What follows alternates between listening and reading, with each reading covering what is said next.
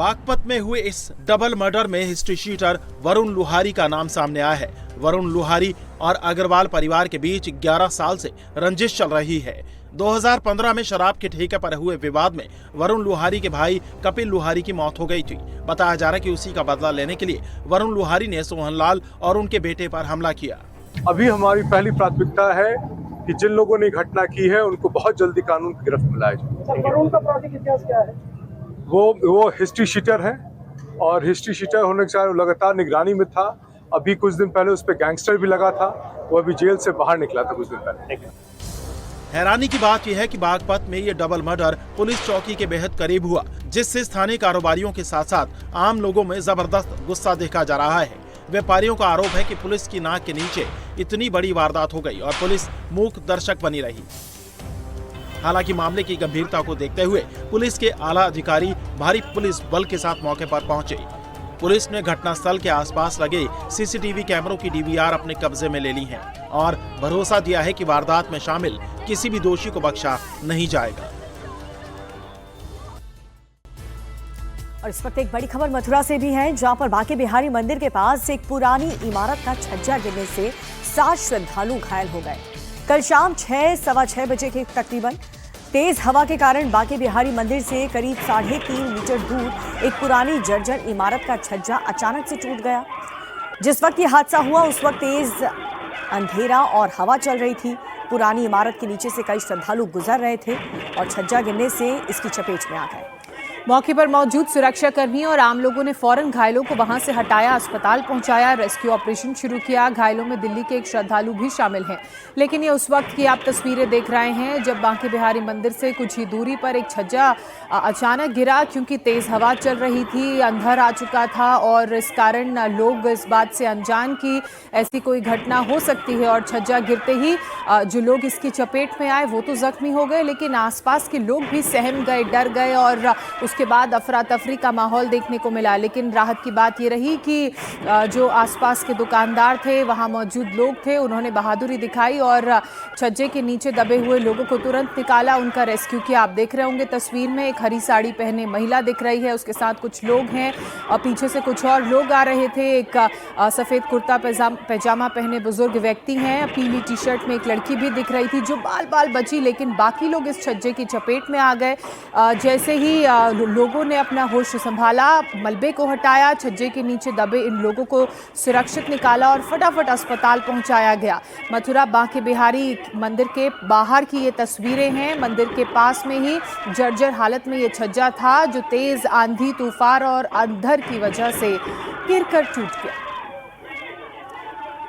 कितने लोग घायल हैं? 7 लोग हैं यहाँ अभी एडमिट हैं, 2 लोग वृंदावन से हैं। क्या स्थिति है इनकी? अभी एक की स्थिति थोड़ा कम ठीक है क्योंकि हेड इंजरी बहुत आई है, तो उसका स्कैन हो गया है, अभी वो एडमिट है वेंटिलेटर पे। 4 नंबर गेट से जो निकास द्वार है अपना, इस तरफ जब पब्लिक आती है तो यहाँ सुधीर गोस्वामी जी का मकान है।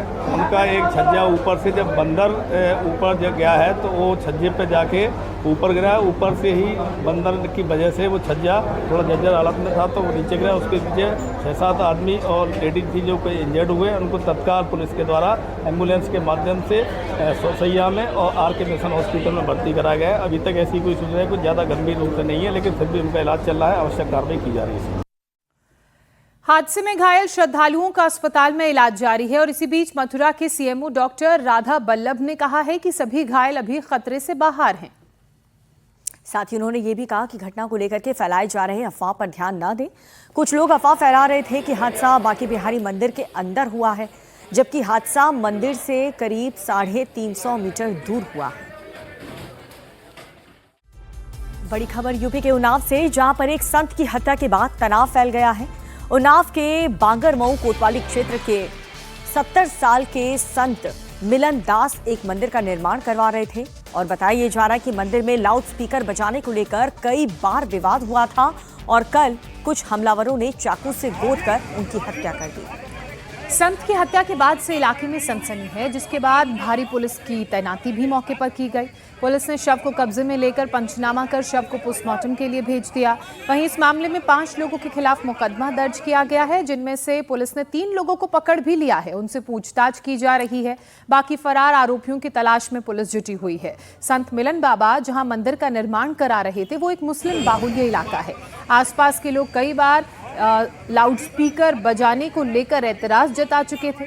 मंगलवार को संत को कुछ लोग बुलाकर ले गए और लाउडस्पीकर बजाने को लेकर उन्होंने अपनी आपत्ति जताई। इस दौरान दोनों पक्षों में कहासुनी इतनी बढ़ गई कि एक युवक ने संत मिलन दास पर चाकू से हमला कर दिया।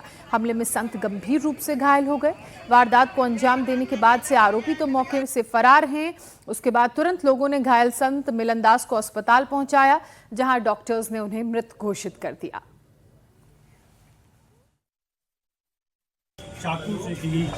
चाकू से। अब डॉक्टर साहब बताऊंगा तो ये कहाँ जा रहे थे? ये मंदिर पर मंदिर जा रहे थे या आ रहे थे, हमको जानकारी हो गई पूरी।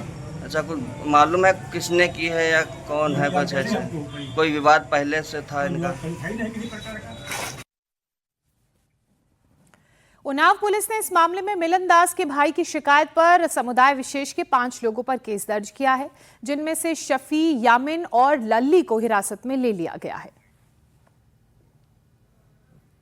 तहरीर पर थाना बांगरमऊ पर हत्या की धाराओं में अभियोग बनाम 5 नामजद व्यक्ति पंजीकृत किया गया है।